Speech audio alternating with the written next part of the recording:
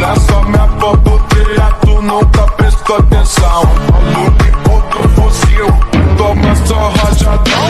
Vai, toma, toma, toma, vai, toma rajadão. Maluco e outro fuzil, tu nunca prestou atenção. Vai, toma, toma. Assalamualaikum warahmatullahi wabarakatuh. Shalom, salam sejahtera bagi kita semua. Dalam video ini saya akan mempresentasikan pengenalan instrumentasi dan otomasi pada Prodi Rekayasa Instrumentasi dan Otomasi di Institut Teknologi Sumatera. Sebelum masuk, saya akan memperkenalkan diri. Perkenalkan, nama saya Putra Papahan dari Program Studi Rekayasa Instrumentasi dan Otomasi dengan NIM 125490055. Saya lahir di Pulau Tanjung, Sumatera Utara pada 6 April 2007. Sebelumnya saya disclaimer dulu, izin mematikan kamera karena device yang kurang mendukung untuk saat ini. Sebelum kita meresek lebih dalam alangkah baiknya terlebih dahulu kita mengenal perkembangan revolusi industri. Ada 4 poin di revolusi industri, mulai dari 1.0 sampai 4.0. Pada revolusi industri 1.0 dimulai pada akhir abad ke-18 tahun 1760 ditemukannya mesin uap pada mekanisasi produksi. Poin 2.0 akhir abad ke-19 tahun 1870 listrik dan jalur perakitan pada produksi massal. Pada poin 3.0 dimulai dari abad ke-20 pada tahun 1969 ditemukannya elektronik, komputer, dan otomatisasi. Selanjutnya 4.0 dimulai pada abad ke-21 tahun 2011 ditemukannya Internet of Things atau IoT, AI, Big Data pada integrasi dunia fisik dan digital. Selanjutnya masuk materi pengantar instrumentasi dan otomasi. Selamat datang di presentasi tentang instrumentasi dan otomasi. Kita akan menjelajahi dasar-dasar pentingnya dan bagaimana teknologi ini membentuk dunia modern. Mengapa instrumentasi dan otomasi penting? Ada 4 poin.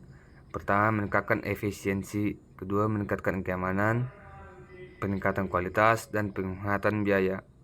Pada poin pertama, meningkatkan efisiensi, otomasi mengurangi campur tangan manusia, meminimalkan kesalahan dan mempercepat proses produksi. Selanjutnya, meningkatkan keamanan. Sistem terotomasi dapat beroperasi di lingkungan berbahaya, melindungi pekerja dari risiko. Selanjutnya, peningkatan kualitas. Kontrol presisi memastikan konsistensi produk dan standar kualitas yang lebih tinggi. Dan terakhir, penghematan biaya. Optimasi penggunaan sumber daya dan pengurangan limbah menghasilkan penghematan finansial dan signifikan. Selanjutnya, definisi dasar instrumentasi dan otomasi. Instrumentasi adalah ilmu dan seni pengukuran serta kontrol variabel-variabel fisik. Ini melibatkan desain, manufaktur, dan merekam berbagai parameter seperti suhu, tekanan, aliran, dan level. Dan otomasi adalah penggunaan sistem kontrol untuk mengoperasikan peralatan dan proses secara otomatis. Tujuannya adalah untuk mengurangi kebutuhan akan campur tangan manusia dan meningkatkan efisiensi, keandalan, dan kecepatan produksi. Selanjutnya, komponen utama sistem instrumentasi. Sistem instrumentasi yang efektif bergantung pada interaksi beberapa komponen kunci yang bekerja sama untuk mengumpulkan dan memproses data. Pertama, sensor atau transducer, mengubah besaran fisik atau misalnya suhu, tekanan menjadi sinyal listrik yang dapat diukur. Yang kedua, pemancar atau transmitter, mengubah sinyal sensor menjadi sinyal standar, misalnya 4-20 mA dan 0-10 volt untuk transmisi jarak jauh.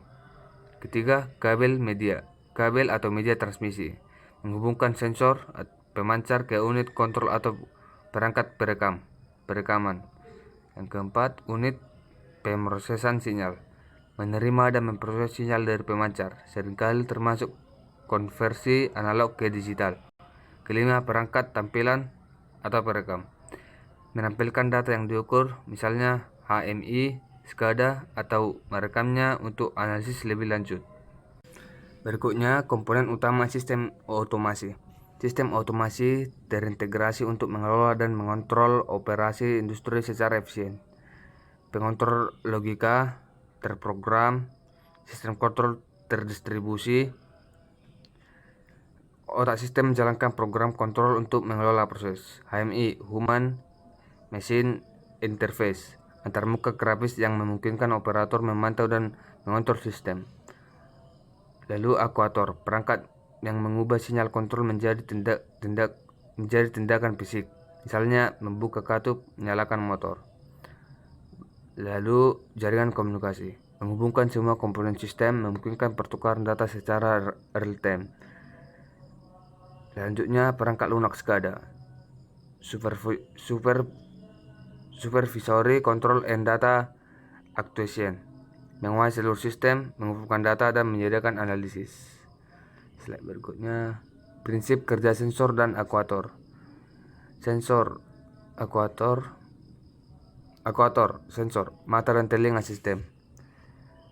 Sensor adalah perangkat yang mendeteksi dan merespon sinyal fisik dan dari lingkungan. Mereka mengubah energi dari satu bentuk, atau misalnya panas, cahaya, tekanan, menjadi sinyal listrik yang dapat diukur dan diproses oleh sistem kontrol. Tanpa sensor, sistem otomatis tidak akan memiliki informasi untuk membuat keputusan. Lalu akuator otot sistem. Akuator adalah perangkat yang bertanggung jawab untuk melakukan gerakan atau kontrol. Mereka menerima sinyal dari pengontrol dan mengubahnya menjadi tindakan fisik, seperti membuka atau menutup katup, memutar motor, atau menggerakkan lengan robot. Akuator adalah komponen eksekusi yang membuat otomasi menjadi nyata. Lalu peran PLC dan DCS dalam otomasi industri. PLC dan DCS adalah tulang punggung sistem kontrol industri modern, masing-masing dengan kekuatan uniknya. PLC atau Programmable Logic Controller dirancang untuk mengontrol proses diskrit yang cepat, seperti di pabrik manufaktur atau jalur perakitan. PLC sangat andal, cepat, dan cocok untuk aplikasi yang membutuhkan waktu respons yang singkat. DSC atau Distributed Control System ideal untuk mengontrol proses kontinu yang kompleks dan berskala besar, seperti kilang minyak, pembangkit listrik, atau pabrik kimia. DCS menawarkan redundansi tinggi, kemampuan integrasi, dan manajemen data yang luas. Lalu, aplikasi instrumentasi dan otomasi dalam berbagai sektor. Instrumentasi dan otomasi telah merevolusi berbagai industri, menghadirkan efisiensi dan inovasi. Manufaktur, minyak dan gas, kesehatan, smart city, dan pertanian. Di poin manufaktur, perakitan robot, kontrol kualitas otomatis, optimasi jalur produksi. Minyak dan gas, pemantauan tekanan dan aliran, kontrol proses kilang, sistem keamanan. Di kesehatan, peralatan diagnostik otomatis, robot bedah, pemantauan pasien.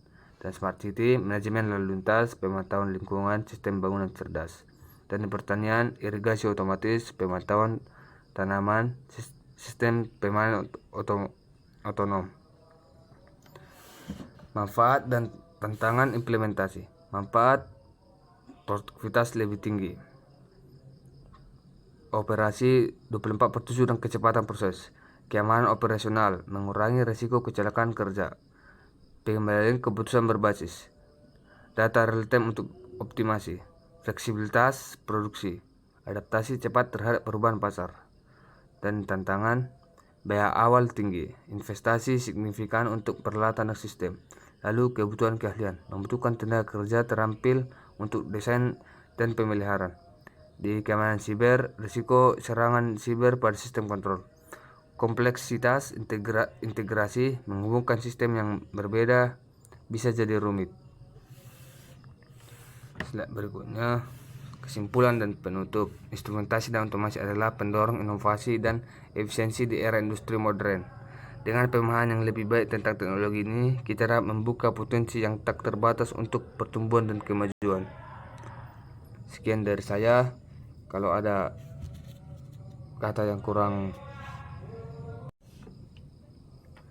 Sekian dari saya, bila ada kata yang kurang tepat atau kurang jelas mohon dimaklumi. Assalamualaikum warahmatullahi wabarakatuh. Salam sejahtera.